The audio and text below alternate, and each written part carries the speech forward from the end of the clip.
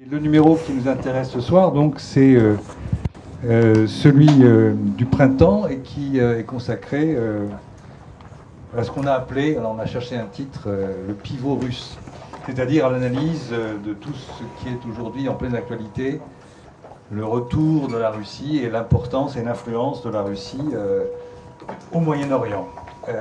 Et pour débattre de ce thème, à partir du numéro, nous avons donc alors Madame Taline Termination, qui est professeure d'histoire de la Russie à l'INALCO. On a Noémie Rébière qui est en train de se battre avec la fin de sa thèse sur la Turquie, donc une doctorante, et bientôt docteur. Et enfin Sébastien Abyss, qui est un habitué et un compagnon de route de l'IREMO, qui est directeur du club Déméter et spécialiste, entre autres choses, des questions agricoles.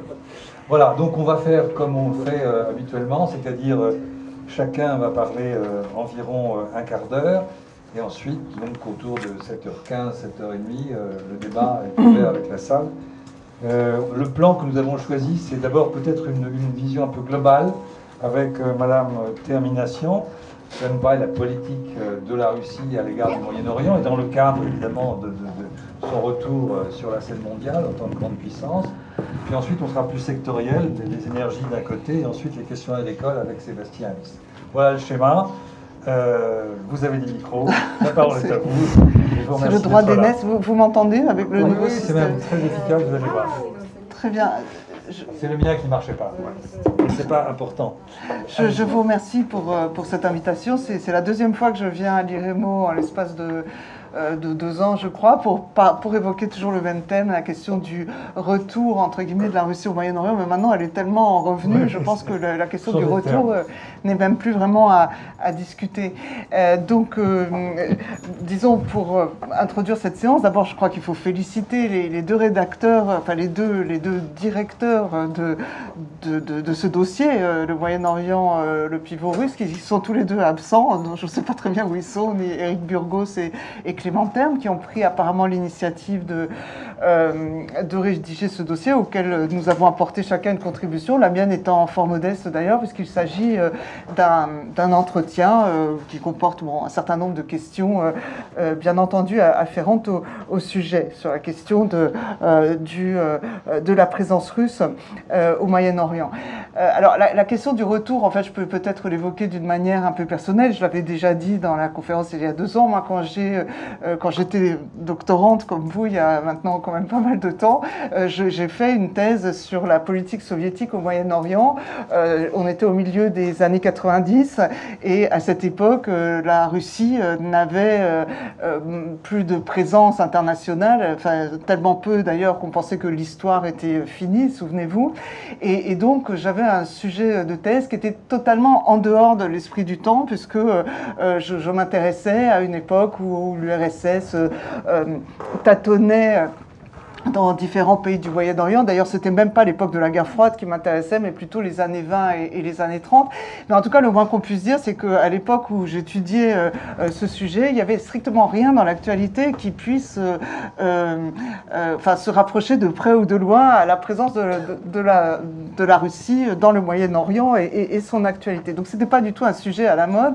Et donc, c'est vrai que il y a quelques années, en particulier, à partir du moment où le rôle de la Russie est devenu un rôle effectif, matériel, militaire, notamment avec l'intervention en Syrie à partir de 2015. Ça a remis tout à coup mes anciens centres d'intérêt, ça les a rajeunis en quelque sorte, et ça leur a redonné une certaine actualité, même si, bien entendu, la Russie de Poutine, la Russie d'aujourd'hui, a peu de choses à voir avec l'époque soviétique, ou en tout cas à l'époque soviétique au cours de laquelle, par différents moyens, par le biais du communisme international, par le biais des relations entre les partis communistes du Moyen-Orient et Moscou, par aussi la mobilisation de l'Église orthodoxe et de différentes églises moyen-orientales, l'URSS comptait jouer un rôle.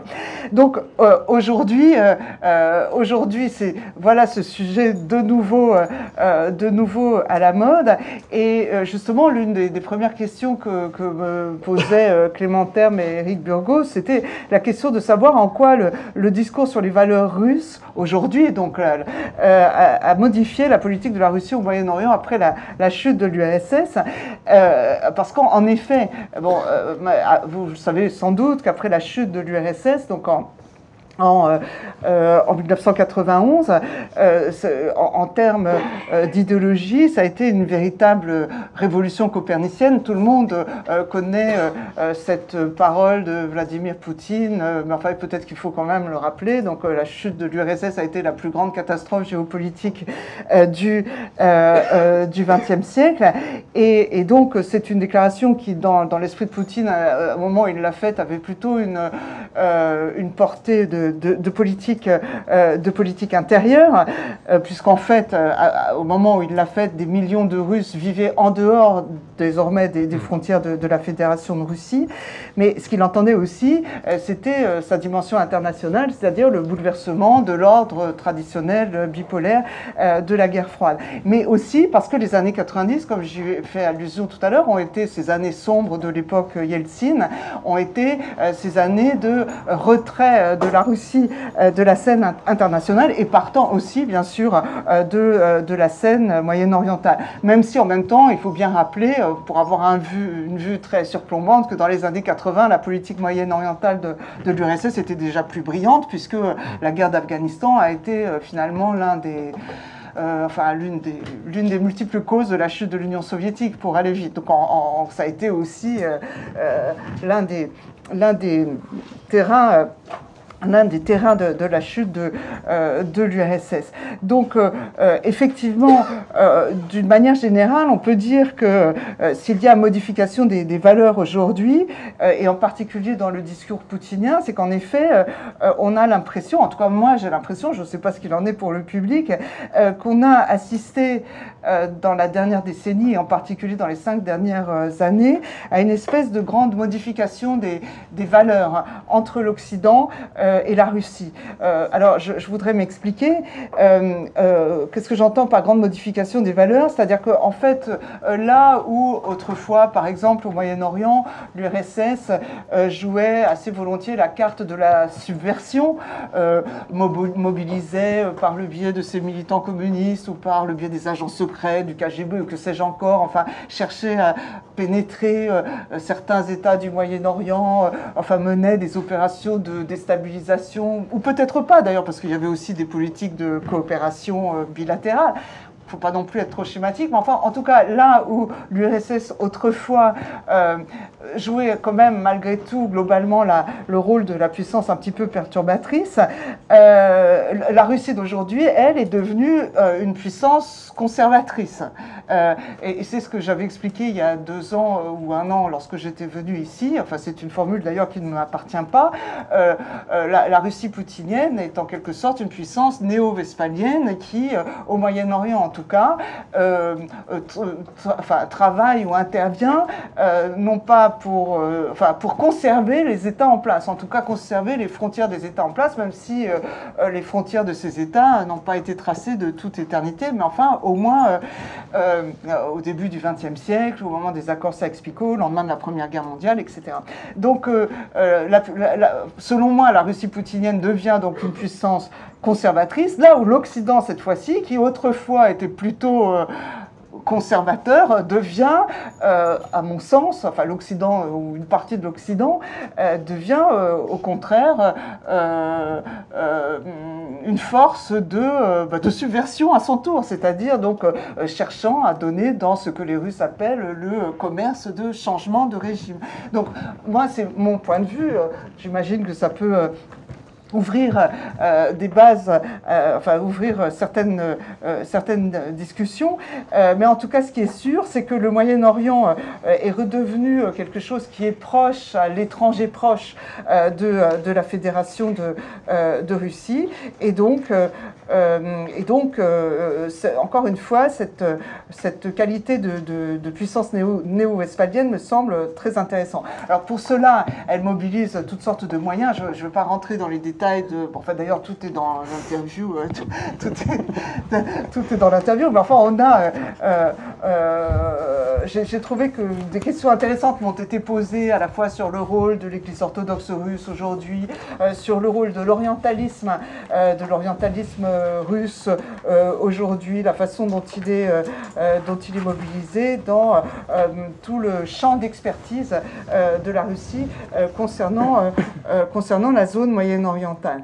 Alors, quand on parle de la Russie au Moyen-Orient, on parle, enfin, ce qu'on a évidemment à l'esprit, c'est bien sûr la question syrienne. Alors évidemment, je l'ai à l'esprit, je ne sais même plus si c'est dans l'interview qui a été publiée, mais enfin, sur cette question-là, je peux vous dire en 2 mots ce que cela m'évoque, c'est-à-dire sur la manière dont effectivement on assiste aujourd'hui véritablement à un nouvel... Enfin, et puis de plus en plus au cours des dernières semaines, un affrontement de nouvelles guerres froides, enfin, et puis même peut-être même quelque chose de plus qu'une nouvelle guerre froide, et qui me semble être le fruit d'une opposition de fond entre la vision américaine et la vision russe sur la stratégie du Moyen-Orient, avec donc cette dimension que j'ai mentionné tout à l'heure, à savoir que la Russie donc oppose son néo-westphalisme ou sa défense, sa politique de souveraineté, de l'intégrité territoriale des États contre la politique apparemment concertée, disons, de chaotisation ou de destruction du Moyen-Orient dans des intentions qui restent, enfin qui continuent en tout cas pour moi à rester plus ou moins indéchiffrable. Donc peut-être qu'on pourra justement discuter de ces intentions. Donc on a maintenant 2 pôles qui sont bien définis. Donc la question de l'intervention russe en Syrie donc, rentre dans cette perspective, donc, puisque il s'agit bien du soutien russe apporté à la Syrie à la demande des Syriens, apporté à la Syrie comme en tant qu'État souverain, mais aussi dans une politique plus globale, puisque la Syrie est une puissance régionale arabe qui contrebalance d'autres puissances, et en particulier l'Arabie saoudite, d'où d'intéressantes recompositions régionales qui font que, par exemple, la Russie, malgré de nombreux incidents de parcours, est obligée de se concerter avec la Turquie. C'est pour ça que je me tourne vers vous. Donc la nécessité absolue, en dépit de tout ce qui oppose les Russes aux Turcs, la nécessité absolue, en ce moment en tout cas, d'avoir des relations correctes avec les Turcs s'impose de plus en plus, avec un jeu qui est particulièrement passionnant, intéressant à observer, parce que parce qu'on peut, enfin, je ne sais pas ce qu'on peut prédire, mais en tout cas, la Turquie, la solidité de l'arrimage de la Turquie à l'OTAN dans cette perspective semble, je ne veux pas dire remise en cause, mais enfin, sans cesse fragilisée ou en tout cas perturbée. Donc on a véritablement des jeux extrêmement complexes à observer sur le terrain, sur fond, enfin avec des ingrédients qui sont relativement classiques pour le coup, donc avec la question kurde, l'instrumentalisation des Kurdes de part et d'autre, etc. Enfin, c'est évidemment un cocktail assez explosif. Et puis, dans la dernière séquence, alors je vous avoue que je n'ai pas surveillé l'actualité des derniers jours parce que j'étais absorbée par les événements en Arménie, donc qui sont pas très... qui n'est pas très loin, et qui, après tout, a elle aussi quelque chose à voir dans ce contexte général. Et donc la dernière séquence, disons, de cet automne, du début de l'année, autant que je me souvienne, parce que je dois vous avouer que je n'ai pas vraiment révisé les dernières parties du dossier, il y avait donc la séquence des négociations du futur de la Syrie, donc à Genève, puis surtout le processus d'Astana et de Sochi, et donc qui, j'imagine, fournit la couverture du numéro spécial, puisque Astana, c'est la négociation tripartite Iran, Russie, Turquie, et donc ce processus d'Astana qui laissait supposer qu'on s'acheminait, alors je ne sais pas si on doit en parler à l'imparfait ou au présent d'ailleurs, s'acheminer vers un début de solution politique au conflit, enfin c'était ce qui était affirmé encore en novembre-décembre de cette année. Et donc là, voilà, je me pose des questions parce que depuis ce processus d'Astana, il s'est passé un certain nombre de choses. Et puis la relance systématique, alors cette fois-ci par l'Occident, par les Américains, avec encore une fois les frappes récentes,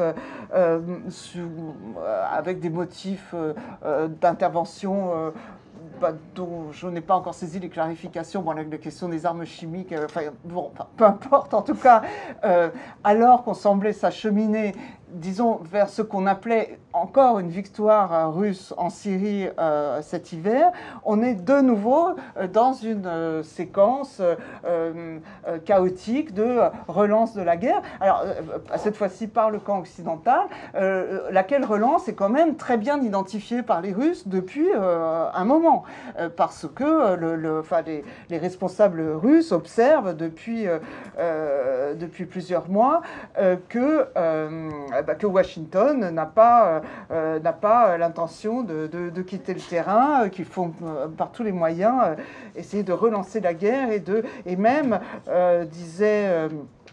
je crois, Maria Zakharova,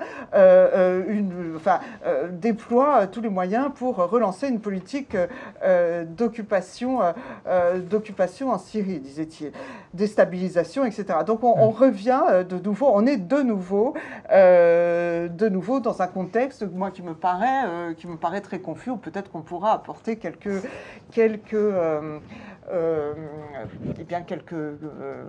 précisions, quelques débuts de réponse.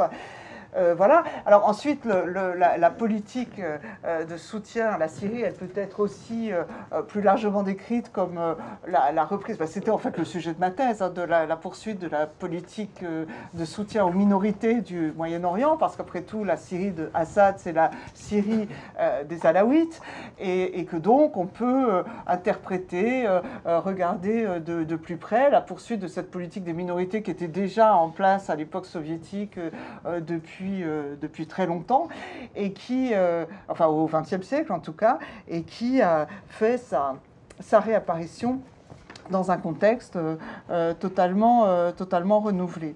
Donc voilà, bon, je suppose que nous allons discuter plus en avant tout à l'heure. Je reste donc pour l'instant sur un point d'interrogation et j'essaierai de répondre à vos questions tout à l'heure.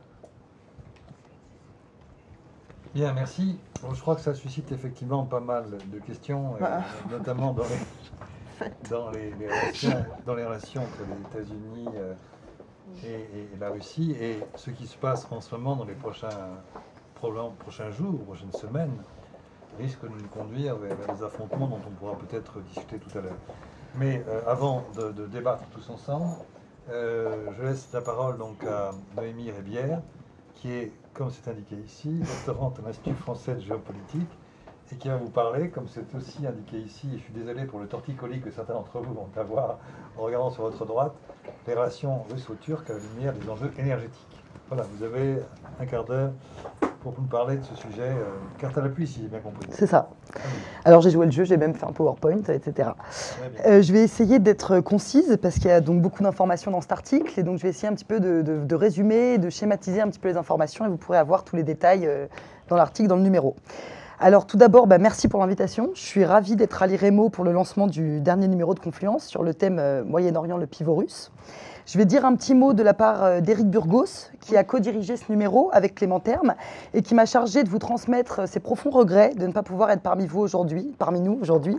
Il remercie toute l'équipe de Confluence pour leur enthousiasme vis-à-vis du projet et pour la confiance démontrée à chaque étape du processus éditorial. Ce sont ses mots. Donc voilà, je me joins à lui, donc merci à tous donc, et merci également à Anne Millet et à Aude Tépenier pour leur accueil chaleureux. Au cours de la dernière décennie, donc ça a été dit déjà, on constate que la Russie s'est repositionnée dans le jeu moyen-oriental. Au sein de celui-ci, les vecteurs de l'affirmation de sa puissance sont multiples et divers selon les pays où elle l'exerce. Nous nous concentrerons ici sur les relations russo-turques à travers le prisme énergétique, sans perdre de vue le contexte régional et particulièrement miné par des crises géopolitiques extrêmement complexes, comme ça a déjà été évoqué, notamment en Syrie et en Irak. Alors concernant la relation russo-turque, hormis des crises ponctuelles, on se souvient tous de l'avion russe abattu par l'armée turque en novembre 2015, la relation entre les deux pays peut être qualifiée de coopération stratégique. On peut également parler d'interdépendance complexe. Nous le verrons avec le cas du pipeline Turkish Stream. Sur les terrains syriens et irakiens, on parlera de négociations et de compétition énergétique et géopolitique. Alors, ma présentation se découpe en 3 parties. Donc, dans un premier temps, je vais vous présenter la situation énergétique de la Turquie et sa trop forte dépendance envers la Russie. Ensuite, j'analyserai les conséquences des tensions entre la Russie et l'Union européenne sur l'économie russe, notamment suite aux crises gazières russo-ukrainiennes de 2006-2009 et de la prise de la Crimée en 2014. Je chercherai ici à montrer que la position géostratégique de carrefour énergétique de la Turquie lui confère un véritable levier de pouvoir face à la Russie, ce qui engendre donc des fortes interdépendances économiques et énergétiques entre les deux pays. Et enfin, je me pencherai sur les conflits irakiens et syriens, et nous verrons que le facteur énergétique constitue un objet de négociation pour la Turquie face à la Russie sur le terrain syrien, alors qu'en Irak, dans la région autonome du Kurdistan, que j'appellerai par la suite KRG, nous verrons que les deux pays sont en compétition pour l'accès aux ressources et surtout pour le contrôle des voies d'exportation des hydrocarbures. Alors la Turquie fait face à une très forte dépendance énergétique face à la Russie. La Turquie, il faut savoir qu'elle ne dispose quasiment pas de ressources d'hydrocarbures sur son territoire, alors qu'elle connaît depuis plus d'une décennie une croissance énergétique extrêmement soutenue. Elle compte à peu près 5% par an en moyenne, ce qui est assez important. La dépendance énergétique de la Turquie se situe au niveau des énergies fossiles, notamment du gaz. Elle importe 99% de sa consommation, ce qui est gigantesque, et 89% pour le pétrole. La Russie fournit à la Turquie environ 55% de ce gaz, donc plus de la moitié du gaz turc est importé de Russie. Ce chiffre varie sensiblement selon les années, mais c'est à peu près ces données-là. Et la Turquie importe 12% de son pétrole à la Russie. Je vais vous montrer une carte, peut-être, pour avoir un peu plus de compréhension. Donc avec 2 gazoducs en activité, on a le Trans-Balkan Pipeline qui est opérationnel depuis 1987. Donc c'est le premier pipeline russe à apporter du gaz en Turquie. Et avec le Blue Stream, qui est donc celui-là, qui est un pipeline en offshore qui relie la Russie à la Turquie via la mer Noire. Un autre projet en cours qui est donc le Turkish Stream, dont je parlerai dans la deuxième partie, je ne vais pas développer ici. Donc celui-ci qui arrive directement en Thrace occidentale, donc dans le nord de la Turquie, et un projet de centrale nucléaire qui se trouve ici près de Mersin. La Russie représente le premier fournisseur énergétique de la Turquie. Donc, je vais faire un petit point sur la centrale nucléaire, parce que c'est assez intéressant, ça dépasse la dépendance gazière qu'on connaît assez bien généralement. En 2010, Ankara et Moscou signent un accord intergouvernemental pour la construction d'une centrale nucléaire donc, qui se trouve près de Mersin, donc c'est la centrale Akkuyu. Donc les deux pays signent un accord et la mise en opération de la centrale devrait se faire pour 2023. 2023, c'est une date symboliquement importante parce que ça fête le centenaire de la République de Turquie. Donc on est vraiment sur un symbole politique mis en avant. La construction a donc été lancée début avril en grande pompe. Avec la présence du président Vladimir Poutine et de Recep Tayyip Erdogan. Je vous montre une photo qui atteste ce que c'était. Ça a été extrêmement diffusé, donc avec vraiment une diffusion très importante et donc un poids géopolitique assez important pour les deux pays. Ce qui est intéressant avec cette centrale, c'est qu'elle est construite sur un modèle Build, Own, Operate. Donc c'est l'entreprise russe Rosatom qui construit, qui opère la centrale et à qui elle appartient pour une durée de 60 ans.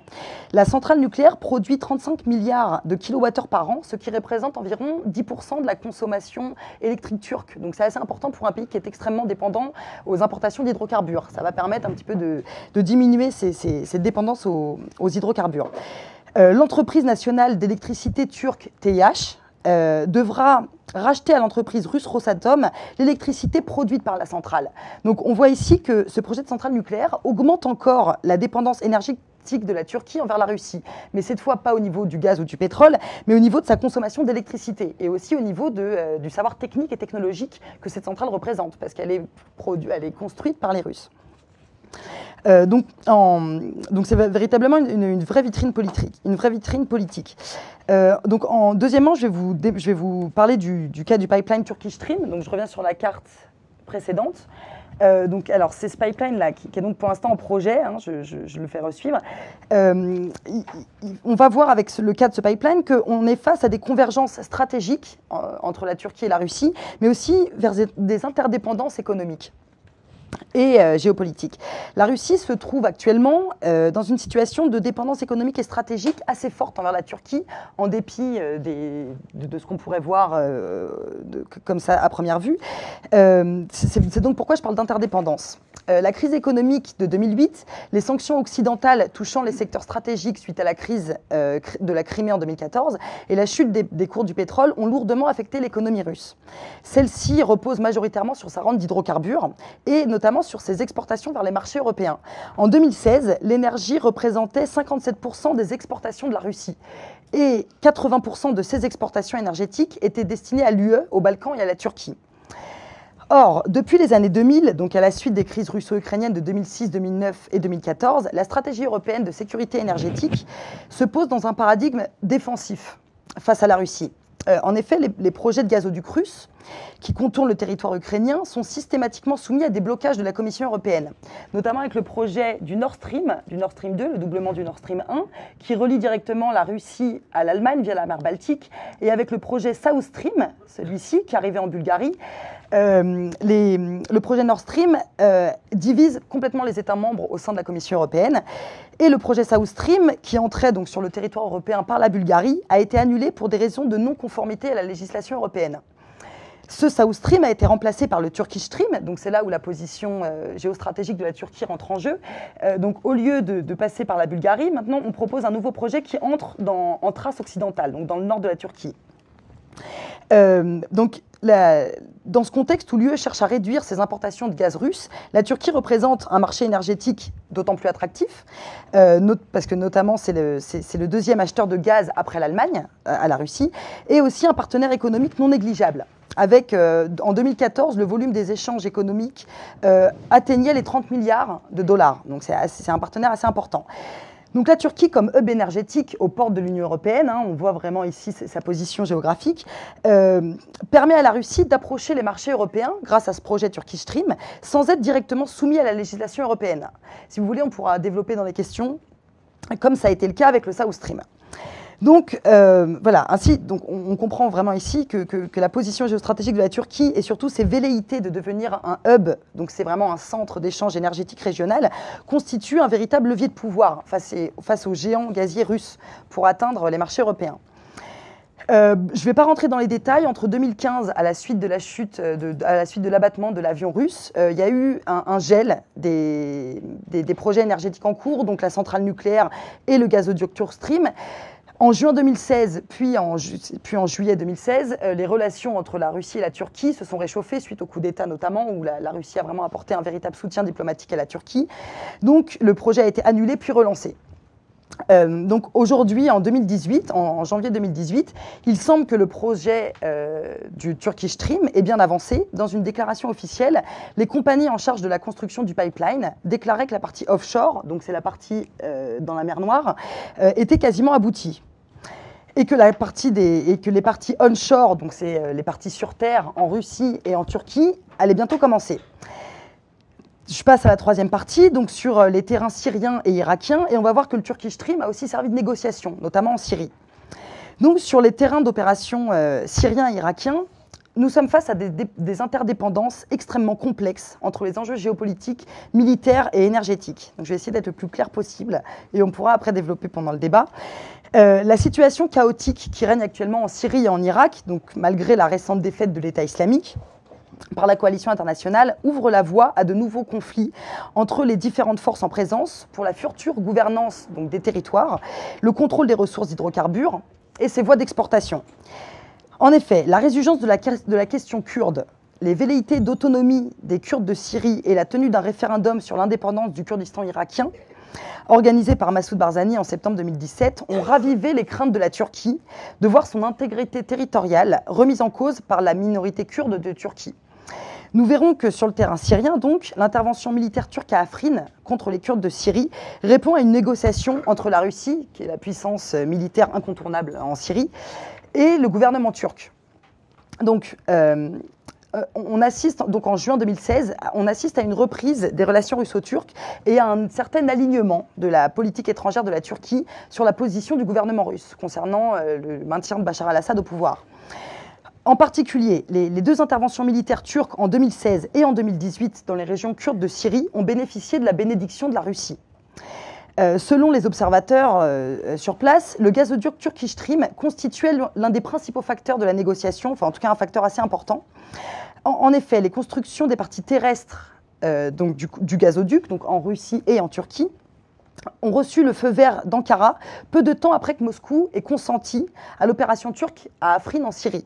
Les dates sont assez parlantes. Le 17 janvier 2018, le gouvernement turc annonçait la construction des parties onshore du Turkish Stream et du terminal gazier près de la ville du coup d'Antras, voilà, juste ici. Donc ça, c'était le 17 janvier. 3 jours plus tard, le 20 janvier 2018, l'opération militaire turque, le rameau d'Olivier, à Afrin, était officiellement lancée. Donc voilà, c'est quand même assez parlant, cette proximité des dates. Donc au-delà des enjeux, on peut se demander, au-delà des enjeux énergétiques et de cette construction du Turkish Stream, on peut se demander quels sont les intérêts russes de laisser la Turquie intervenir militairement contre les Kurdes de Syrie. Alors d'une part, ça permet une confrontation entre les États-Unis, entre deux alliés de l'OTAN, les États-Unis d'une part et la Turquie de l'autre, et sur le terrain syrien. C'est-à-dire qu'en fait, les Kurdes de Syrie sont soutenus militairement depuis le début du conflit par les États-Unis. Et là, les Turcs, alliés de l'OTAN, vont aller combattre directement des alliés américains. Donc ça pose quand même un problème. Donc dans ce contexte tendu entre la Turquie et l'OTAN, ça fait déjà un moment, la Turquie tirerait, on peut imaginer, directement parti d'une détérioration des relations entre la Turquie et ses alliés atlantistes. Donc maintenant, je vais passer sur le terrain irakien. Je vais vous mettre une carte pour qu'on sache un peu mieux de quoi on parle. Voilà. Alors, Ankara, donc je reviens un tout petit peu, retour historique rapide. Ankara entretenait depuis à peu près une décennie des relations, depuis 2003, un peu après, des relations énergétiques étroites avec Erbil, la capitale du Kurdistan irakien. Donc alors le Kurdistan irakien, on va faire une frontière à peu près comme ça. Je crois que la frontière est déjà tracée. Donc, malgré les réticences de l'État central, donc de Bagdad. La Turquie a participé à la construction d'un tronçon de pipeline dans la région au KRG pour que le pétrole produit au KRG puisse être exporté vers le marché turc sans passer par les réseaux contrôlé par l'État central. Donc, alors, on a ce pipeline qui est le Kirkuk-Ceyhan, qui va jusqu'au port méditerranéen de Ceyhan en Turquie, et qui est donc un pipeline construit dans les années 70-80, si mes souvenirs sont bons, et qui est donc contrôlé par le gouvernement central à Bagdad. La Turquie, en 2014, a construit une section supplémentaire qui relie comment ça s'appelle, les ressources des champs gaziers, donc là de Taktak, qui est proche de Kirkuk, etc., à Fishkabour, qui est donc à la frontière du KRG et de la Turquie. Et en fait, du coup, qui permet de contourner, je vous remets l'autre carte, le pipeline central. Donc voilà, donc la Turquie a construit avec le KRG une petite section qui relie directement la région du KRG à la Turquie. Donc ça, c'est important à comprendre pour la suite.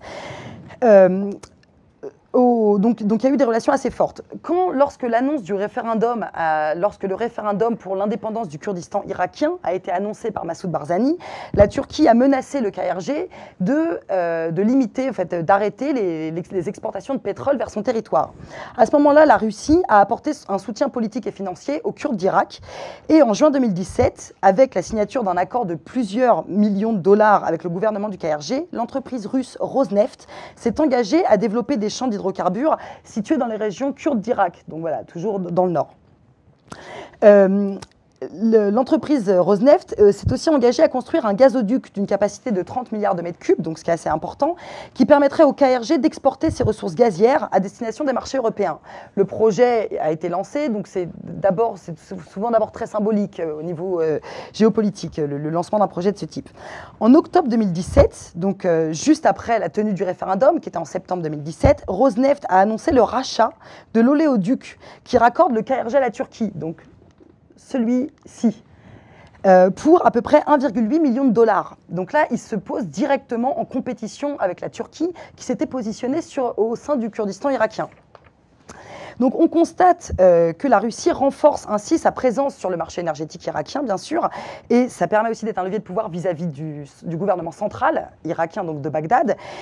Les investissements massifs russes dans les infrastructures énergétiques de transport permettent donc à la Russie d'exercer un véritable contrôle sur les voies d'exportation des hydrocarbures irakiens et du KRG qui transitent par le territoire turc. Donc un contrôle aussi sur les importations turques qui sont déjà, dont la Turquie est déjà extrêmement dépendante de la Russie vis-à-vis des importations. Donc voilà, on pourra discuter de ces projets plus en détail si vous voulez. Pour conclure, le facteur énergétique constitue un révélateur pertinent pour analyser les interdépendances complexes qui caractérisent les relations russo-turques. On constate d'une part que la Turquie se trouve dans une position de dépendance accrue vis-à-vis de la Russie, et aussi durable, on le voit encore plus avec ces nouvelles acquisitions de l'entreprise Rosneft, et d'autre part que la position géostratégique du territoire turc et de son rôle de hub énergétique régional aux portes de l'Union européenne confère au gouvernement turc un levier de pouvoir face à la Russie. Au niveau extérieur, les profonds bouleversements géopolitiques que connaît actuellement le Moyen-Orient en fait l'un des principaux espaces de coopération militaire, de négociation énergétique et simultanément de tensions et de compétition entre la Turquie et la Russie pour l'accès aux ressources et pour le contrôle des voies d'exportation. Voilà. Bien.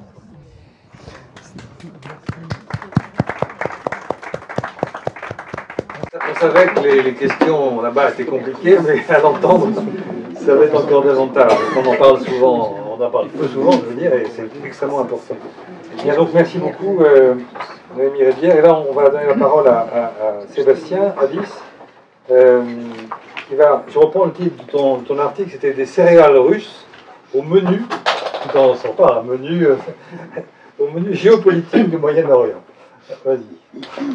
Bonsoir à tous. Et je vais essayer de m'inscrire dans le prolongement de ce qui a été dit. Je ne sais pas si on m'entend bien. C'est allumé, hein? Ok. Vous m'entendez? Oui. Et donc, moi je vais vous raconter en 10 minutes une face trop peu connue, je trouve, des relations internationales et des stratégies de puissance, et je vais vous parler de quelque chose que vous faites plusieurs fois par jour. D'ailleurs, vous devez vous nourrir pour être en bonne santé et pouvoir penser au lendemain, et de produits que, a priori, tous ici avaient déjà consommés une fois depuis ce matin, puisque les céréales sont dans notre quotidien. C'est vrai ici, c'est vrai de l'autre côté de la Méditerranée, c'est vrai pour une grande partie du globe qui consomme des céréales tous les jours. Alors, il y a, dans ce que je viens de dire, je fais deux explications rapides avant de parler de la Russie et du Moyen-Orient et de l'Afrique du Nord. D'abord, la question agricole et alimentaire est perçue aujourd'hui, je l'observe depuis une quinzaine d'années, est perçue comme un sujet qui, en fait, n'est pas très attractif, c'est pas très sexy de parler de l'agriculture, ça appartient aux pages d'histoire. C'est pas considéré comme un territoire innovant, et puis on relie pas toujours correctement des stratégies de puissance ou d'acteurs privés avec cette variable alimentaire agricole. Alors, je voudrais simplement rappeler que le monde qui change en permanence, qui accélère, qui se transforme, tout évolue, sauf quelque chose qui existe depuis le début de l'humanité, c'est-à-dire que nous devons nous nourrir en avril-mai 2018 de la même manière qu'il y a 10 000 ans, ou plus, pour être capable de réfléchir, grandir, avoir de l'énergie et mener des activités. Et le monde change, sauf cette variable fondamentale, tellement fondamentale que dans des sociétés opulentes, on a oublié que l'alimentation venait de l'agriculture et que le travail des agriculteurs visait avant tout à nourrir les populations. Faites l'expérience pendant quelques jours d'arrêter de vous nourrir, vous allez voir que c'est pas tout à fait la même équation dans votre dynamique personnelle. Et j'attire l'attention là-dessus parce que moi je fais partie d'une génération qui n'a pas du tout connu la faim et l'insécurité alimentaire. On est aussi un pays aujourd'hui en France où la question agricole alimentaire en gros est traitée. Il y a très peu de problèmes d'insécurité alimentaire. Alors Ça va très vite venir sur le terrain économique, des pouvoirs d'achat. Mais aujourd'hui, quand vous êtes à Paris, vous pouvez cliquer sur votre smartphone, être livré 2 heures plus tard, vous pouvez de nuit faire des achats, et vous trouvez à Paris tous les produits du monde entier 12 mois de l'année. Qu'on aime ou qu'on n'aime pas, c'est une réalité qui est un luxe aujourd'hui à l'échelle de la planète, puisque une partie du globe reste confrontée à des insécurités agricoles et alimentaires, et en partie parce qu'il y a un cercle vicieux depuis toujours qui existe et qui persiste, c'est que des conflits peuvent générer de l'insécurité territoriale, économique et alimentaire. Donc des pays, la Syrie le montre bien ces dernières années, peuvent tomber dans des cercles de la faim, des fragilités rurales, des vulnérabilités agricoles, puisqu'évidemment des territoires qui sont bombardés, des territoires qui sont détruits, des ponts qui sont coupés, peuvent tomber dans des fragilités et alimentaires pour la population et agricoles pour le pays tout entier. Et inversement, vous avez des pays dans le monde, des régions qui, face aux souffrances agricoles alimentaires, au stress hydrique, au manque de terre, avec les changements climatiques qui accentuent les pressions, des zones qui vont tomber dans de la fragilité sociopolitique à cause de ces facteurs premiers d'insécurité humaine. Et donc il y a un cercle infernal qui est ancien, qui existe encore aujourd'hui, et malheureusement, la région méditerranéenne et moyen-orientale illustre assez bien à quel point il y a une géopolitique de l'agriculture et de l'alimentation. Je ne vais pas être plus bavard sur ce terrain que je connais bien, mais c'est un champ thématique intéressant et trop peu croisé. Les agronomes et les spécialistes de l'agriculture convoquent rarement la géopolitique pour avoir une grille de lecture sur l'analyse des besoins, sur la stratégie à adopter et sur une vision un peu prospective du futur du monde. Et à l'inverse, beaucoup de personnes qui réfléchissent aux relations internationales, que ce soit au niveau de la décision publique, de l'investissement privé ou même de la communauté scientifique, trop peu convoquent les questions agricoles, alimentaires et rurales pour avoir non pas la clé de lecture de toute explication stratégique, mais en tout cas, beaucoup d'événements aujourd'hui dans le monde ne sauraient se passer d'une intégration de ces problématiques pour comprendre certaines fragilités. Alors, les céréales, je vous ai dit, depuis ce matin, vous en avez consommé du petit déjeuner peut-être au goûter, si vous êtes encore à goûter à 17 h. Mais les céréales, ce sont des produits qui, partout sur la planète, quels que soient les territoires, sont consommés plusieurs fois par jour. Alors, on parle beaucoup d'énergie dans la géopolitique des matières premières, c'est vrai. Le pétrole, c'est fantastique parce que ça a été une clé de lecture indispensable aujourd'hui pour comprendre les événements d'un certain nombre de régions, et le Moyen-Orient, encore une fois, en fait partie. Sauf, moi, j'aime à rappeler que le pétrole, ça fait 150 ans qu'il fait la pluie et le beau temps dans les relations internationales. Bon, les céréales, ça fait 10 000 ans. Depuis qu'on a réussi à sédentariser un peu les populations autour d'une meilleure production agricole, qui d'ailleurs est née dans ce croissant fertile entre la Syrie et l'Irak, et la domestication du blé pour la grande céréale du bassin méditerranéen et de l'Europe s'est faite à partir de cet espace moyen-oriental. Depuis, les céréales sont omniprésentes. Alors, si vous n'êtes pas convaincu sur la dimension géopolitique des céréales, très rapidement, se souvenir qu'Athènes, la grande puissance athénienne sous l'Antiquité, avait développé la thalassocratie et une puissance militaire essentiellement pour sécuriser les approvisionnements en denrées stratégiques, et notamment les céréales. Athènes, 3 millions d'habitants plus des esclaves, était en très forte dépendance alimentaire vis-à-vis de l'extérieur. Donc évidemment, la conquête de certains territoires, notamment la Sicile, les conquêtes vers des territoires égyptiens, mais surtout, au niveau céréalier, une ville d'Athènes qui dépendait du pont Euxin. Et pont Euxin, sous l'Antiquité, c'est la Crimée actuelle. Donc la Crimée, qui est un territoire convoité, y compris par la puissance russe, il y a un peu plus de 2000 ans, pour Athènes, c'était le pont Euxin qui était le grenier à céréales de la puissance athénienne.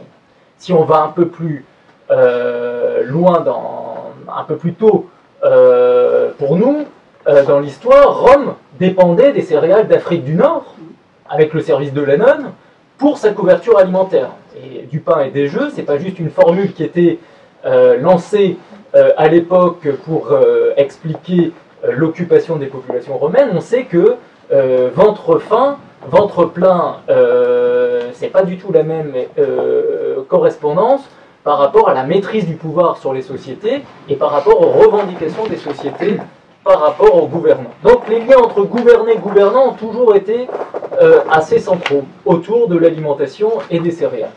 Les céréales dans l'histoire géopolitique et par rapport à ce qui nous concerne, si on fait abstraction du Moyen-Âge et de la dîme, puisque je rappelle que la grosse dîme, c'était 10% de la récolte pour l'évêché, donc on achetait la paix des consciences, non plus la paix sociale, mais la paix des consciences pour l'Église qui dominait le paysage territorial européen, et les agriculteurs donnaient 10% de la récolte pour faire des stocks en cas d'année de disette. Je ferme la parenthèse sur la dîme, on a tous appris la dîme à l'école, on a tous oublié de rappeler que c'était une histoire céréalière avant tout. La Révolution française, je ne m'y attarde pas, mais les questions céréalières ne sont pas très loin. Kaplan l'a bien montré dans ses livres sur le pain et la Révolution en France.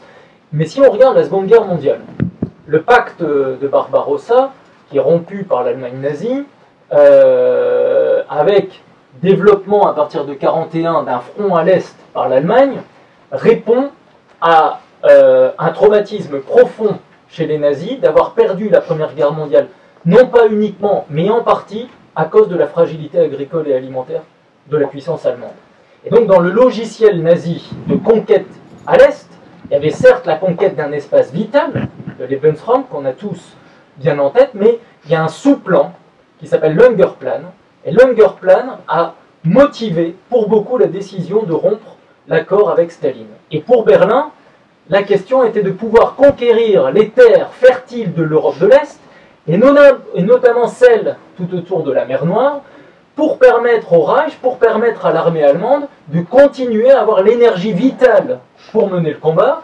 Et outre le pétrole qui a joué un rôle considérable dans les stratégies et les évolutions géographiques du conflit de la Seconde Guerre mondiale, les questions céréalières ont été omniprésentes dans le logiciel nazi. Si on fait un détour par l'Asie, même réflexe côté japonais avec la conquête de la Mandchourie en Chine, qui était le grand grenier céréalier de l'Asie à cette époque. Donc les céréales sont au cœur des stratégies de puissance, et si on vient un peu plus près encore de nous au niveau historique, la guerre froide. La guerre froide, cette bataille Est-Ouest, c'est aussi joué sur des terrains alimentaires et céréaliers, puisque les Américains ont utilisé leur force de frappe agricole et céréalière pour conquérir aussi des alliances au niveau du tiers-monde, là où l'URSS pouvait parfois en perdre, et pas simplement pour des raisons idéologiques ou militaires, mais aussi parce que pendant la parenthèse soviétique, les Russes ont désarmé massivement sur le plan agricole et céréalier. Parce que le logiciel communiste n'était pas sur une grande production céréalière et agricole au cœur de la stratégie de puissance. Et donc il y a eu des batailles céréalières en creux de la guerre froide, et l'illustration parfaite, c'est l'accord de 1979 de paix entre l'Égypte et Israël, qui ne s'est pas conclu uniquement pour une raison céréalière, mais Kissinger avait mis sur la table l'arrêt des aides céréalières américaines à l'Égypte pour que Sadat, le président égyptien, signe l'accord de paix. Ça faisait partie des éléments de langage, de persuasion de l'administration américaine pour convaincre le pouvoir égyptien de signer cet accord de paix. Donc encore une fois, il ne s'agit pas d'expliquer les événements de l'histoire par les seules céréales ou questions agricoles, simplement je voulais vous donner ces quelques exemples qui montrent que ces sujets ne sont pas très loin de la géopolitique et pas très loin des stratégies de puissance et d'événements historiques qui ont été déterminants par rapport à la situation actuelle et mondiale et finalement régionale. Et puis si on regarde du coup la Russie depuis 20 ans, que fait finalement Poutine quand il prend le pouvoir? Il rétablit l'ordre sur le plan intérieur et il essaye de restaurer une influence russe au niveau extérieur en jouant sur les atouts premiers de la nation russe. Et il se base beaucoup sur l'économie des matières premières. Certes, les hydrocarbures qui ont contribué fortement avec des prix qui étaient élevés à doper finalement l'économie nationale russe. Toute la décennie 2000 se base sur des prix très forts du gaz, de l'énergie, qui permettent à la nation russe de se développer économiquement. Mais cette assise sur l'hydrocarbure, pour l'économie russe, c'est aussi fondé sur l'économie agricole, puisque Poutine et ses plus proches conseillers considèrent que la Russie a un avantage stratégique à l'échelle du globe, c'est qu'elle est dotée de grandes superficies et de fameuses terres noires, le tchernosium, qui est parmi les sols les plus productifs au monde pour produire en agriculture. Et donc, dans la restauration de la puissance russe, Vladimir Poutine, dans la décennie 2000, place très rapidement l'agriculture et les céréales comme un élément additionnel à la puissance et à l'influence de la Russie à l'international. Ce qui fait que, très rapidement, on a un développement de l'agriculture russe et notamment du secteur céréalier. Alors je ne vais pas vous abreuver de quelques chiffres, mais il faut partir du constat que parmi les céréales russes produites figure notamment le blé. En gros, en Russie, on produit 50% des céréales, ce sont du blé, un quart de l'orge, un quart du maïs. Okay, donc des produits que vous consommez, y compris parfois sous forme de bière ou de pop-corn. Hein, pour faire simple, pour remettre tout le monde en perspective par rapport à quoi servent les céréales, je ne vous fais pas l'injure de vous expliquer que le blé sert à faire du pain, des pâtes ou de la semoule.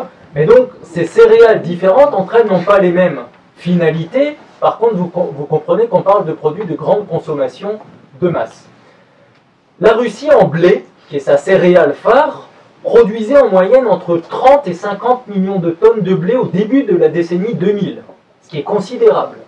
À l'échelle du globe, la production mondiale de blé est passée à plus de 700 millions de tonnes depuis 10 ans. Au début des années 2000, nous étions autour de 600 millions de tonnes de blé. Donc la Russie faisait déjà 30, 40, 45, 50 parfois dans cette équation, ce qui représentait un volume du coup de 7-8% de la production mondiale de blé par la Russie. La Russie, depuis 5 ans, est passée sur un volume de 70, 80 ou 85 millions de tonnes de blé comme en 2017, là où la production mondiale est à 750, ce qui fait que la Russie aujourd'hui fait en gros 15% de la production mondiale de blé. Et la Russie exporte depuis 20 ans en gros un tiers de sa production.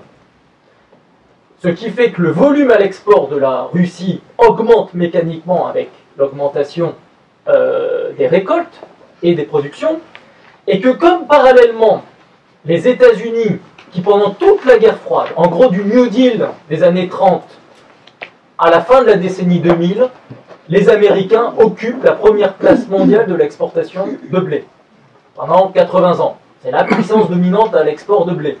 Et elle fait en gros un tiers. Et puis les États-Unis passent plutôt à 20%, plus à 15% aujourd'hui. Ce qui fait que depuis 2-3 ans, c'est la Russie qui est redevenue numéro 1 mondial de la production mondiale de blé. Et je dis bien redevenue, puisque c'est la parenthèse soviétique qui avait chassé la Russie de ce commerce international de denrées vitales et stratégiques.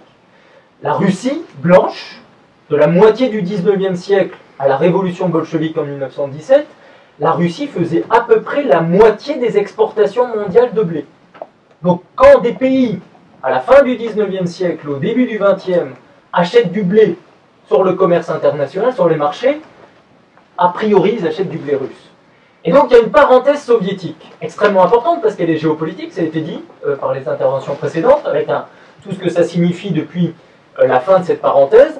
Mais d'un point de vue agricole, alimentaire et pour les marchés céréaliers, la fin de la parenthèse soviétique fait bouger les lignes sur finalement qui exporte et quel levier d'influence pour la Russie. Et donc la Russie installe les céréales au cœur de sa puissance. Toutes céréales confondues depuis le début du millénaire, il faut comprendre que c'est 1600 millions de tonnes de production, ce qui est énorme, c'est absolument colossal, et que vous avez en 2017 une récolte qui a été record en céréales de la Russie à plus de 130 millions de tonnes sur une année, dont à peu près 85 pour le blé. Donc ça vous donne à peu près la capacité de ce pays à produire une denrée consommée, encore une fois, plusieurs fois par jour, aujourd'hui par environ 4 milliards d'habitants sur la planète.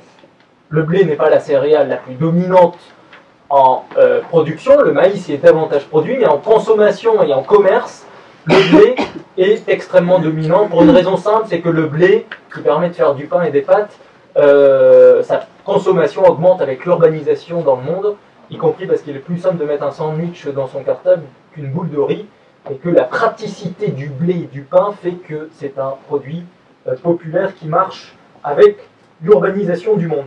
Et donc la Russie va faire de ses céréales et de son blé un élément clé, avec des équations qui vont changer ces dernières années.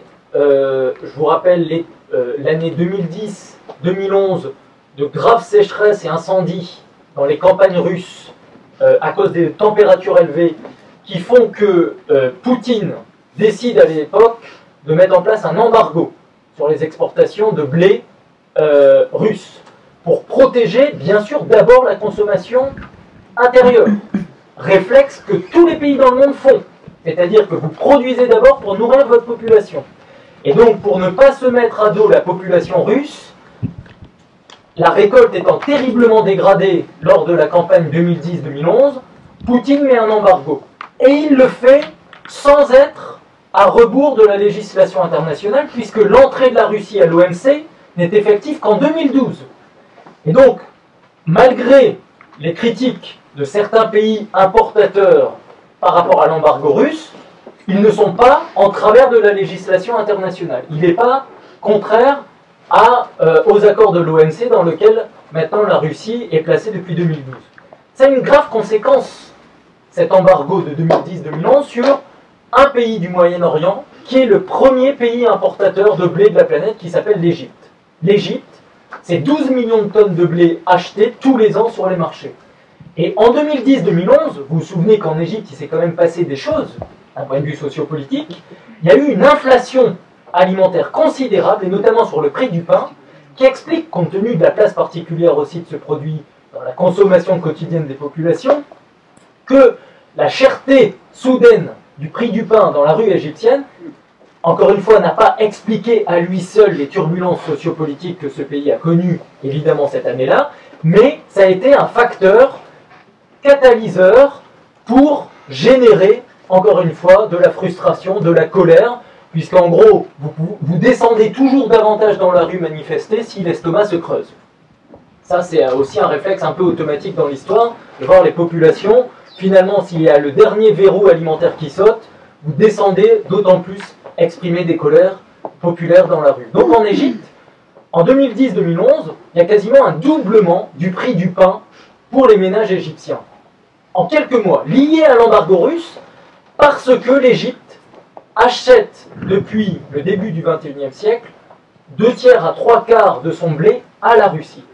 Ce qui est une vraie transformation par rapport à l'époque de la guerre froide, puisque le blé acheté par l'Égypte venait du sol américain. C'était du blé américain. Et donc on a encore une fois une géopolitique du blé à travers le prisme égyptien, puisqu'ils ont acheté du blé russe parce que de meilleure qualité pour les besoins de panification spécifiques de l'Égypte. C'est tout bête, hein, en Égypte vous mangez du pain plat, on ne fait pas du pain plat avec n'importe quel type de blé. Il faut des caractéristiques, je ne vais pas rentrer dans le détail des forces boulangères et des taux d'humidité, des punaises, etc. Mais vous ne faites pas les mêmes pains dans le monde en fonction du blé que vous utilisez, les origines du coup de production. Et le blé russe répond bien aux attentes du pain au Moyen-Orient. Et pour faire simple, il est plus simple de faire du pain blanc avec du blé russe, et avec du pain américain, du blé américain, vous faites notamment du pain brioché. Vous faites du panettone et vous faites des buns, parce que le blé américain permet cette transformation particulière en boulangerie. Donc je ferme ma petite parenthèse technique, je ne suis pas agronome, mais ça me permet de parler d'un élément technique autour des céréales. Je reviens à l'Égypte simplement. Population égyptienne moyenne, la moitié de sa dépense mensuelle, ce sont des dépenses alimentaires, dont la propre moitié est une dépense céréalière. Donc en gros, un quart de ce qu'un foyer égyptien moyen va dépenser tous les mois, ce sont des céréales aujourd'hui, dans le budget des ménages. Donc si le prix double, vous comprenez à quel point la pression est colossale, très rapidement, pour environ 50 millions d'Égyptiens qui sont dans cette catégorie-là.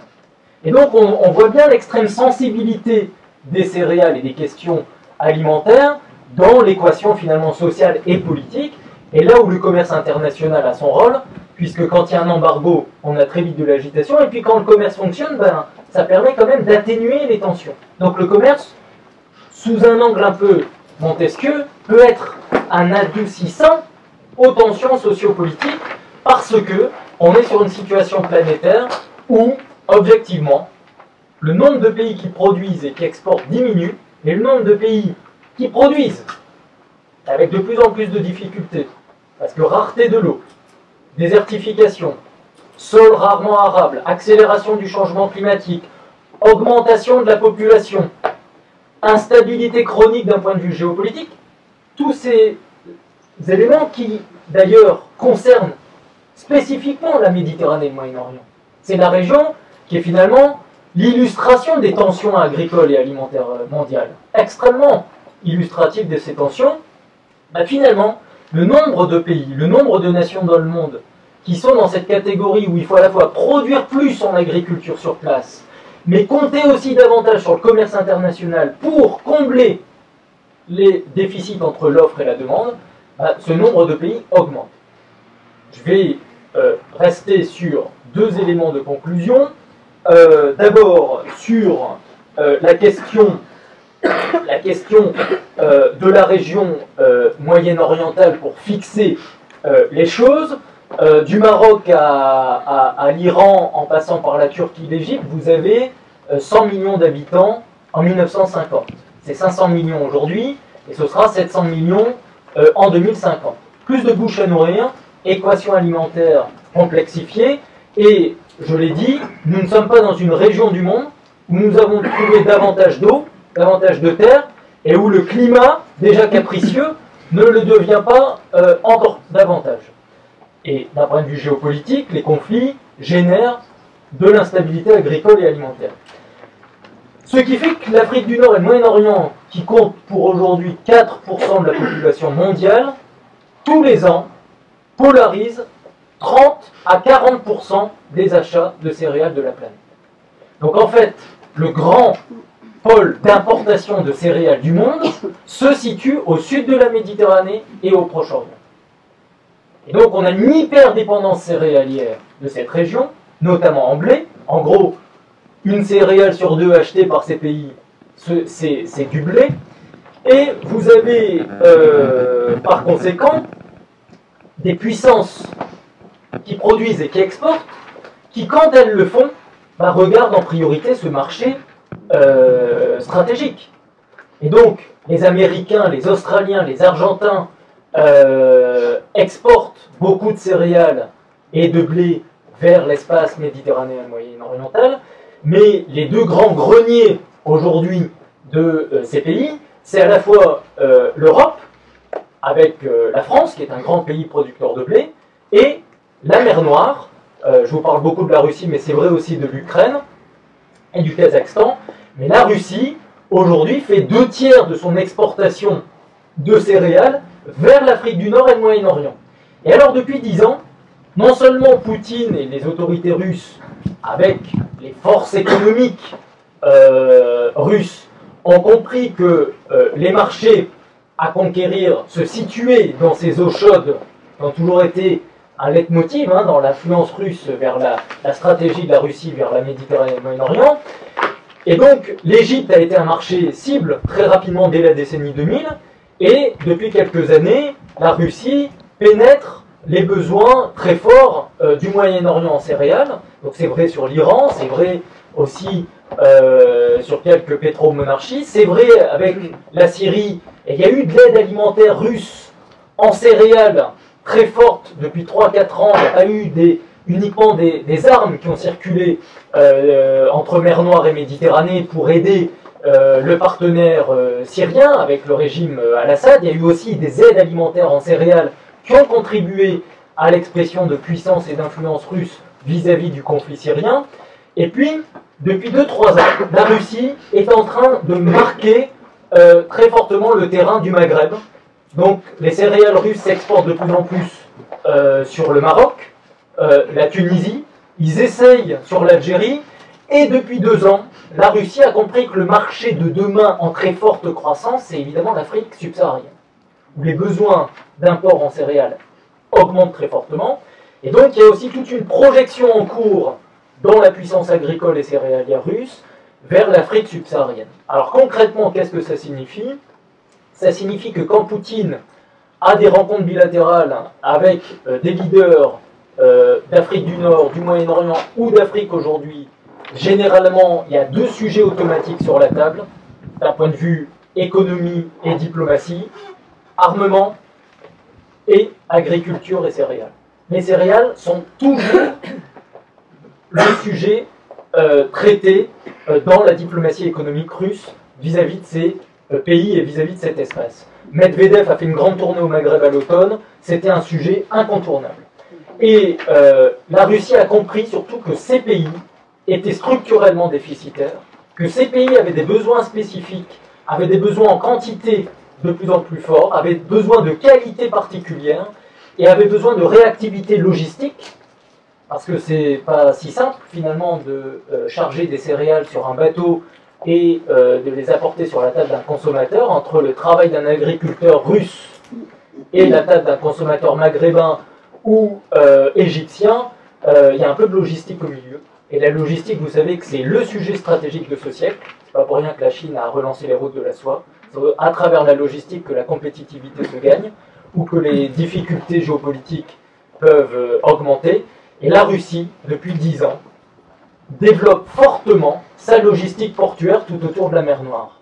Donc encore une fois, bien sûr, la Crimée depuis 2014 ne doit pas être lue uniquement par une volonté d'avoir davantage de ports et de façades maritimes en mer Noire, mais la Russie a multiplié les investissements logistiques et portuaires pour permettre de charger plus rapidement, et faire en sorte que quand ces pays méditerranéens et nord-africains ont des besoins, on soit capable de réagir très vite.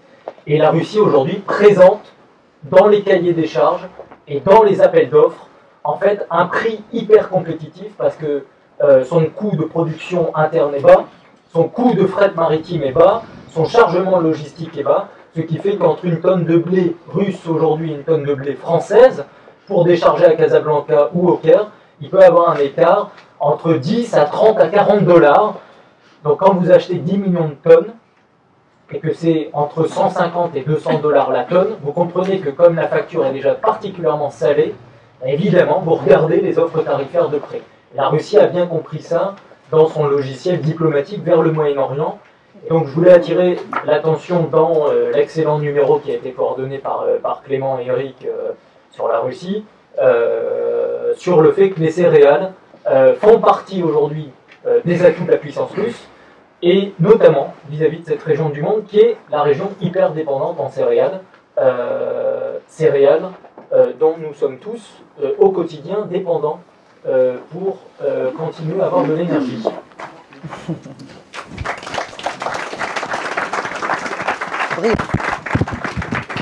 Je te remercie. J'ai l'impression qu'on ne va plus jamais acheter du pain à notre boulanger sans penser aux céréales russes et à ton exposé. Bien, alors on ouvre le débat. Qui veut commencer? Monsieur, je vous en prie. On vous apporte un micro pour l'enregistrement. Merci. Juste une petite remarque. On fait des questions relativement brèves pour qu'on puisse ensuite... Je serai bref. Je parle sous votre contrôle. Ce n'est pas vraiment une... Si vous me mettez bien... Ce n'est pas vraiment une question, mais je parle sous votre contrôle. Oui, ça marche. J'ai entendu qu'en 2017, la production de blé de la Russie a battu son record. Mais il y a un détail qui me semble important, c'est que c'est une production sans OGM. Est-ce que il y a là un fait notable géostratégiquement? Et un deuxième point, vous dites que l'Afrique du Nord achète beaucoup de blé russe. Dans quelle monnaie? On prend 2-3 questions et puis après on revient ici. Merci monsieur. S'il y a d'autres questions, allez-y monsieur. Madame, vous n'avez pas évoqué les récentes découvertes en Méditerranée orientale au pétrole et les conséquences que ça va avoir. C'est ma première question. La seconde, c'est que la Turquie semble brider et empêcher, même militairement, que Chypre, par exemple, quand il y a une plateforme pétrolière qui devait s'installer, normalement ils s'y sont opposés, de même que d'autres puissances s'opposent à l'exploitation de leurs voisins par leurs voisins du pétrole ou des champs qu'ils ont trouvés. Par exemple le Liban, Gaza, par Israël. Encore une ou deux questions? Oui, moi c'est à propos de la situation de la position de la Russie en Syrie. C'est peut-être une fausse impression, mais on a l'impression que la Russie a réglé le problème militairement, mais qu'elle ne sait pas trop quoi en faire, quoi. Parce qu'elle l'a réglé d'une façon qui arrange beaucoup de monde, et ces mondes ont des dessins contradictoires. Et est-ce que vous voyez comment... est-ce que vous voyez une solution se dessiner, quoi? Une dernière, et puis après, ça va, vous avez noté? Une dernière? Comment? Alors, c'est tout au fond, allez-y. On arrêtera après la... Oui, bonsoir. J'aimerais avoir une question par rapport à... S'il vous plaît, on vous entend pas bien. Excusez-moi. J'aimerais avoir une réaction par rapport à la manière dont les Turcs ont réagi aux frappes occidentales. Il n'y a pas eu de condamnation des frappes occidentales. Est-ce que c'est un appel du pied aux Occidentaux? Est-ce que Ankara veut remettre les Occidentaux en jeu, veut se rapprocher des Occidentaux par ce geste-là, puisqu'on le voyait plutôt sur la même longueur d'onde, à un moment que la Russie et l'Iran dans ce trinôme, et on a vu une Turquie soutenir la frappe occidentale contre les armes chimiques en Syrie. Voilà. Bien, merci. Je crois qu'on va peut-être revenir vers la... Qui veut commencer? Si je peux commencer. Allez-y. Je vais commencer. Alors, je vais d'abord répondre sur la question sur la Méditerranée orientale. En fait, on voit que les stratégies d'influence et de compétition entre la Russie et la Turquie sont multiples. Donc là, j'ai pris le cas du Turkish Stream et des relations russo-turques.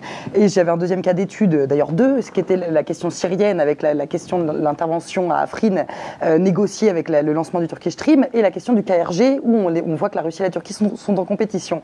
On voit une très forte compétition aussi entre la Russie et la Turquie au niveau énergétique, en Asie centrale, notamment au Turkménistan, en Ouzbékistan, etc., et en Méditerranée orientale.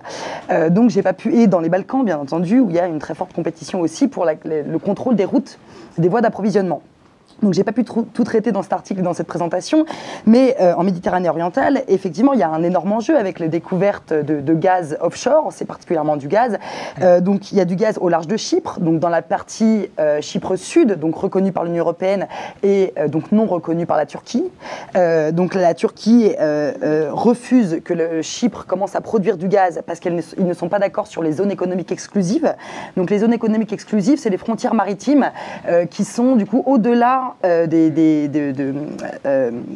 du littoral qui appartient normalement à un État. Les zones économiques exclusives sont revendiquées par chaque État et ne se passent qu'en accords bilatéraux. C'est-à-dire que par exemple, on voit d'ailleurs la Méditerranée orientale devient une espèce de mer de Chine. On voit un ambroglio total entre les revendications de chaque État pour ces zones économiques exclusives, où en fait elles s'entrecoupent. Bien sûr, Gaza est un excellent exemple. Israël ne reconnaît pas la zone économique exclusive de Gaza. Pareil pour le Liban. La Syrie ne l'a pas encore revendiqué au vu de la situation géopolitique actuelle, mais ça ne saurait tarder. Je pense qu'on va avoir aussi des problèmes entre chaque voisin. Et donc, bien sûr, la question de Chypre Nord, Chypre Sud, qui existe depuis les années 70, s'applique bien entendu sur les frontières maritimes. Donc la Méditerranée orientale est un terrain géopolitique de tensions extrêmes, en plus déjà miné par des conflits qu'on connaît et puis par une histoire extrêmement complexe. Et donc ce gaz va certainement effectivement alimenter de nombreux conflits et de tensions géopolitiques. Et il y a aussi la découverte du champ Zohr en Égypte, qui est un méga champ gazier et qui redistribue un petit peu les cartes, parce que Israël avait été les premiers à découvrir du gaz, et là l'Égypte se positionne majoritairement sur ce jeu. Donc en fait, les questions des ressources en Méditerranée orientale, au Proche-Orient, etc., sont majeures comme élément conflictuel en tout cas. Et on voit peu de coopération. Là, avant, on se demandait si l'énergie serait un outil de pacification dans la région, mais apparemment, on n'est pas dans cette dynamique, malheureusement. Donc voilà pour la question sur la Méditerranée orientale. Concernant la stratégie de l'Occident, la question de la Turquie qui a soutenu l'OTAN, Macron a un petit peu dit que c'était la stratégie de l'Occident aussi, ses frappes. C'était aussi d'essayer de découpler le couple Russie-Turquie sur la question syrienne. Donc en fait, on est sur un jeu extrêmement complexe, justement d'interdépendance et de stratégie de chacun des acteurs. La Russie et la Turquie ont eu des très fortes tensions à un moment donné sur la question syrienne. Il y a eu l'abattement de cet avion turc, cet avion russe par l'armée turque dans le nord de la Syrie en 2015. Ensuite, il y a eu un rapprochement assez fort entre la Russie et la Turquie suite au coup d'État turc, notamment. Et donc, on a vu un certain réalignement de la Turquie vis-à-vis de la politique turque envers Bachar al-Assad. Mais ça ne veut pas dire que la Turquie n'a pas ses propres ambitions, ses propres enjeux. Et d'ailleurs, on le voit avec l'intervention turque en Syrie. Enfin, je veux dire, ils ne sont pas forcément d'accord avec la Russie et l'Iran. Donc, il y a le processus d'Astana qui est en cours, mais la Turquie cherche aussi à garder l'OTAN comme allié pour avoir un petit peu une capacité de... Oui, enfin, on peut peut-être simplifier en disant que la Turquie n'a strictement aucun intérêt à ce qu'une Syrie déstabilisée avec la perspective d'un Kurdistan, enfin bon, maintenant éloigné, mais enfin autonome à ses frontières, se fasse, parce que ça met en danger l'intégrité du territoire de la Turquie. Donc quand même, malgré tout, je pense qu'ils sont intéressés à la stabilité de la Syrie dans les frontières d'avant. Je crois avoir compris qu'on était revenu à ça. Bon, peut-être qu'il y a des jeux encore plus machiavéliques, parce que c'est une erreur.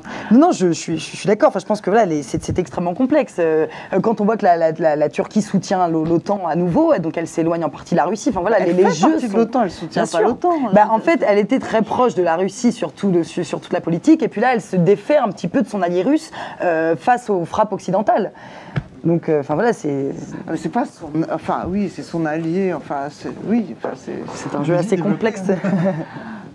Non, mais écoutez, je ne sais plus, là. On m'a interrogé sur une histoire de point d'interrogation de la Russie. Je n'ai même pas très bien saisi votre question, monsieur. Enfin, sur le fait que comment la Russie peut se sortir de la situation dans laquelle elle se trouve, à la fois puissance... Elle se retrouve avec plein de partenaires qui ont des intérêts différents, et comment elle va s'en sortir de ça. On a l'impression qu'elle ne sait pas...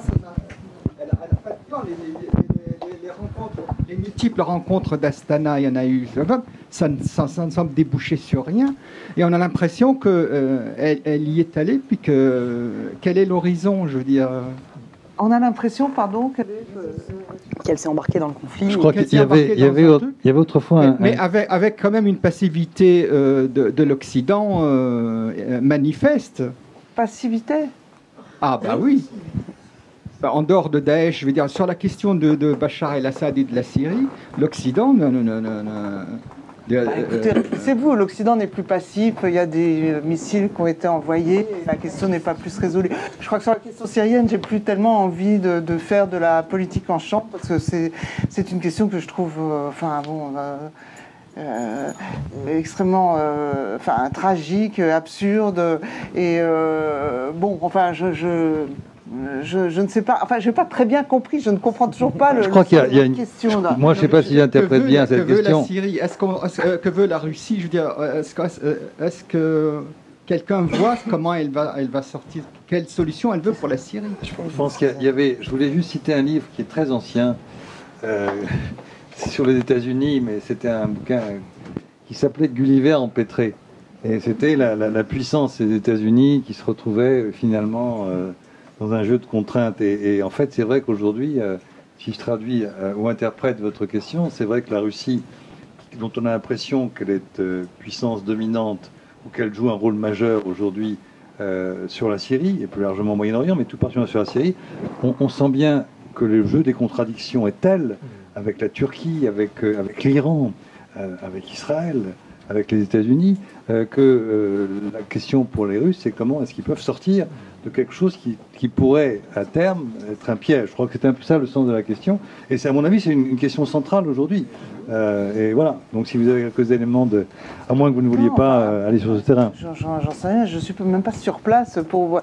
je dis simplement que, malgré tout, je veux dire, la Russie et l'Iran et les puissances donc en jeu en Syrie avaient, je crois, avoir compris, comme tout le monde, à peu près gagné la guerre en Syrie. C'est comme ça qu'on peut le dire, non ? Est-ce qu'on a le droit de le dire ou pas ? En tout cas, cet automne, c'était comme ça que les choses se présentaient, en dehors d'une petite poche de réduction et que on peut constater que l'amorce d'un processus politique était en route à Astana avec ce format qui apparemment est mis en exergue par les rédacteurs de votre numéro, donc c'est pas moi qui l'invente.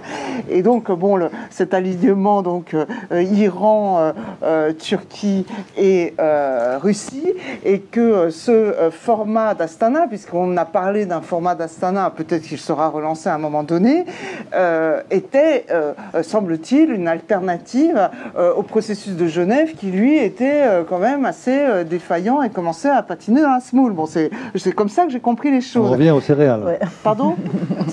On revient aux céréales. Oui, dans la semoule la semoule de blé, oui, voilà. Et donc, exactement. Et donc, je pense que cet hiver, donc ce format d'Astana, enfin, il y a eu plusieurs réunions, enfin, si on se souvient, il y a eu Astana 1, 2, etc., enfin, était, disons, en relative bonne voie. Je dis pas, enfin, il ne s'agit pas de chanter les mérites de quoi que ce soit, mais enfin, en relative bonne voie pour commencer à s'asseoir autour d'une table et commencer à parler du processus politique, alors avec un Occident, bien sûr, révulsé, parce que, bien entendu, il y a toujours la question de Assad, etc.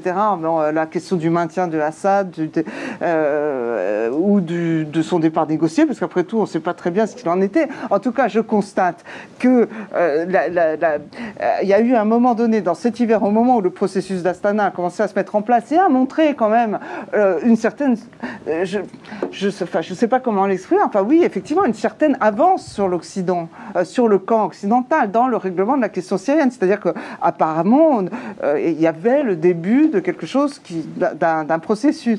Eh bien, ce processus a donc été, je veux dire, oui, apparemment sciemment perturbé. Enfin, je sais pas comment vous expliquer mieux les choses. C'est-à-dire qu'il me semble que les interventions occidentales sont de l'ordre d'une espèce de relance du conflit en Syrie. Alors maintenant, après, il y a la question des armes chimiques. Moi, je suis incapable, je sais pas du tout où est-ce qu'on en est dans l'expertise de OCPW sur l'usage ou non de ces armes chimiques. On ne fait que lire de la propagande et de la contre-propagande sur ce sujet. Mais en tout cas, bon, je n'ai pas lu en tout cas d'expertise définitive sur ce sujet, et donc j'en conclus que l'Occident, s'il faut l'appeler ainsi, enfin l'Occident, enfin Macron et les États-Unis ont besoin en effet de lancer des missiles, bon, et de montrer qu'ils sont là, et si possible de repartir dans une politique de chaotisation qui n'est qu'une autre forme, selon moi, de cette perpétuelle opposition entre le camp irano-russe et américano, je ne sais quoi, enfin américano-occidental. Je ne sais pas si c'est... C'est un point de vue, alors on peut ne pas le partager. C'est un point de vue, je sais pas, bon, c'est bon. Ce qui sera mon cas, mais ça c'est un autre débat. Dans l'image qu'on a sur la photo, là, où on voit effectivement... C'est pas Astana? Je ne sais même pas où c'est. Si, bon, alors c'est Astana. Mais ce qui est intéressant, c'est que on a effectivement cette triade iranienne, russe et turque, mais on peut aussi lire cette image comme étant Poutine coincé entre l'Iran et la Turquie. Et c'est un peu aussi l'image géopolitique de la situation. Enfin bon, c'est un autre débat. Ouais. On pourrait revenir à la question de semoule, puisque tu as eu des questions très concrètes ici. Et avant d'y répondre, moi je voudrais juste dire une chose sur la Russie et le conflit syrien.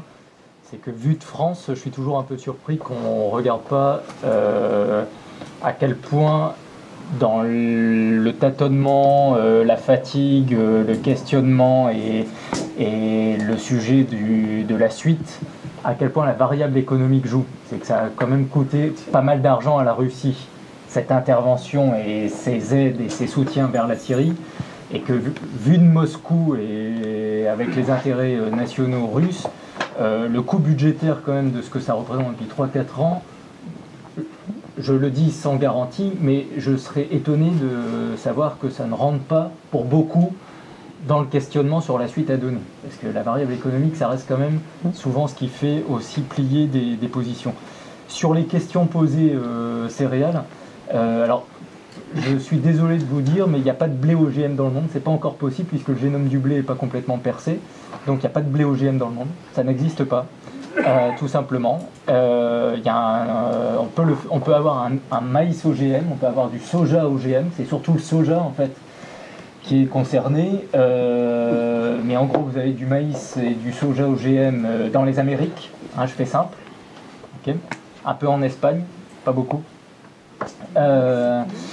Donc la question ne se pose pas. Alors par contre, Dans votre question, il y a une remarque, c'est que évidemment dans des sociétés qui sont de plus en plus à regarder aussi les questions sanitaires et de traçabilité des produits, les Russes comme les Français, par leur mode de production, ont aujourd'hui une valeur ajoutée par rapport à certaines puissances agro-exportatrices.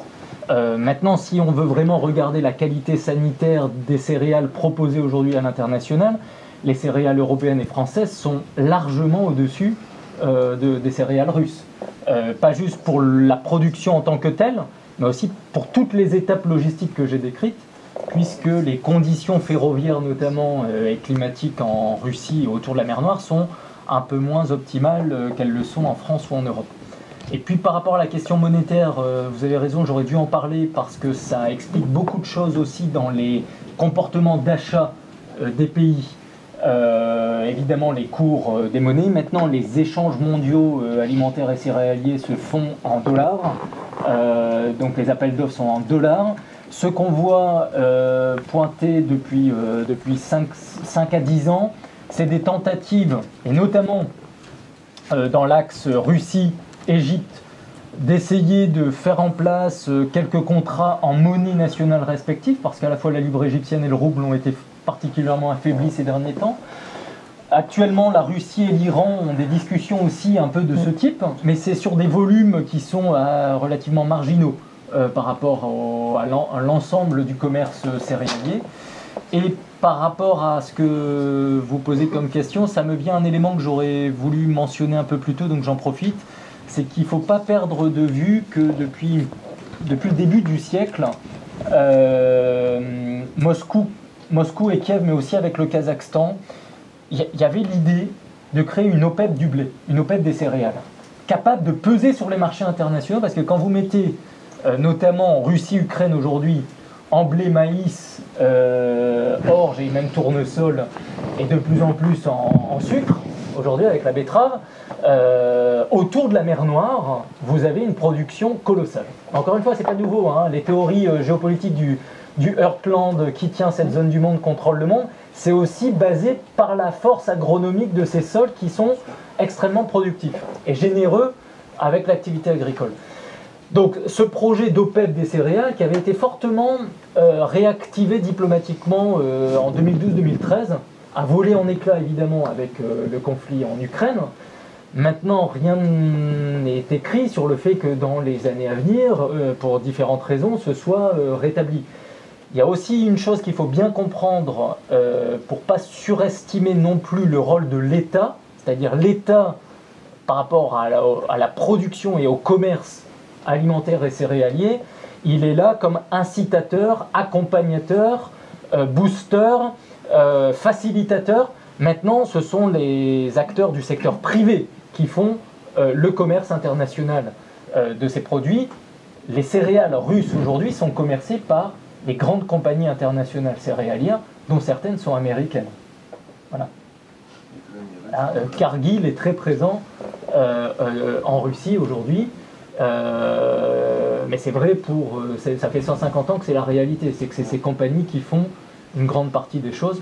Maintenant, il y a des triangles qui sont en train de se construire, c'est Chine, Ukraine, parce que la Chine investit beaucoup dans l'agriculture ukrainienne, pour à la fois ses besoins internes, mais aussi parce que c'est une plateforme vers le Moyen-Orient. Et puis il y a d'autres triangles. La Turquie importe énormément de blé russe pour le transformer, parce que la Turquie est aujourd'hui la première puissance exportatrice de farine sur la planète. Ce qu'on ne sait pas toujours, mais quand vous pouvez exporter de la farine, vous détenez un certain pouvoir.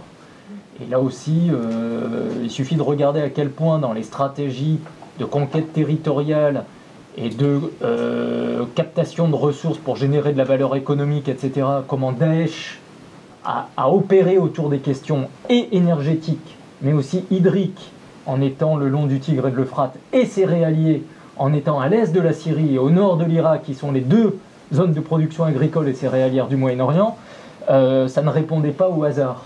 Et donc, dans ce qui a pu être commercé légalement, illégalement, le troc aux frontières, etc., évidemment, des fois, vous pouvez troquer de la farine contre autre chose, etc.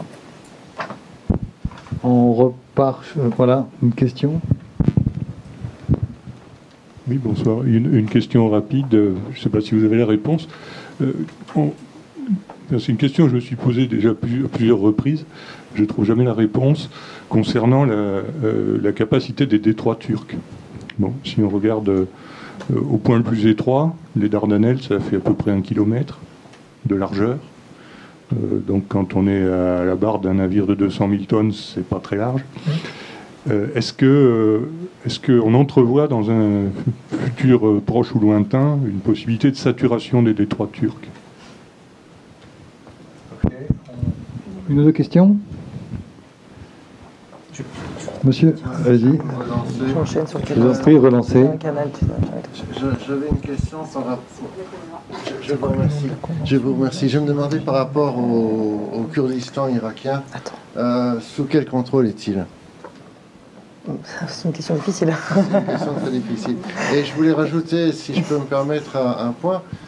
Il y a effectivement deux puissances géostratégiques très importantes, l'énergie et le blé, mais il y a aussi la monnaie. Quelle est la structure de monnaie utilisée?